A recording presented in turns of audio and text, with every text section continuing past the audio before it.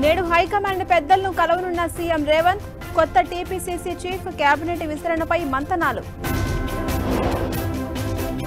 Governor కోట ఎమ్మెల్సీలుగా కోదండరాం, అలీఖాన్ ప్రమాణ స్వీకారం చేయించిన మండలి చైర్మన్ గుత్తా. మహిళలకు క్షమాపణలు చెప్పిన కేటీఆర్, ఆడపడుచులను కించపరిచే ఉద్దేశం లేదంటూ వివరణ. మధ్యాహ్నం ఢిల్లీకి ఏపీ సీఎం చంద్రబాబు. పెండింగ్ నిధులు, రాష్ట్రానికి సాయంపై కేంద్రంతో చర్చ. ఏపీలో మరో 99 అన్నా క్యాంటీన్లు ఓపెన్. మంగళగిరిలో ప్రారంభించిన మంత్రి లోకేష్. ఎస్ఎస్ఎల్వి D3 రాకెట్ ప్రయోగం విజయవంతం.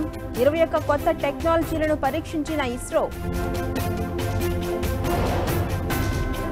తిరుచానూరులో చెడ్డీ గ్యాంగ్ కలకలం. ఓ ఇంట్లో చోరీకి పాల్పడిన దుండగులు.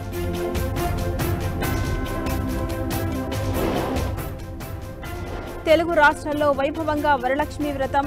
అమ్మవారి ఆలయాల్లో మహిళా భక్తుల ప్రత్యేక పూజలు. ఒలింపిక్ భారత క్రీడాకారులతో ప్రధాని సమావేశం.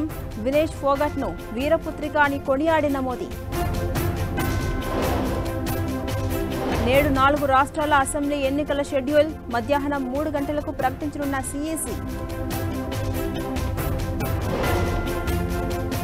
ఢిల్లీ అసెంబ్లీ ఎన్నికలకు సన్నద్దమవుతున్న ఆప్. నేటి నుంచి సిసోడియా పాదయాత్ర. కోల్కతా డాక్టర్ హత్యపై ఆగని ఆందోళనలు. ఢిల్లీలో నిరసన ర్యాలీ చేపట్టిన వైద్యులు.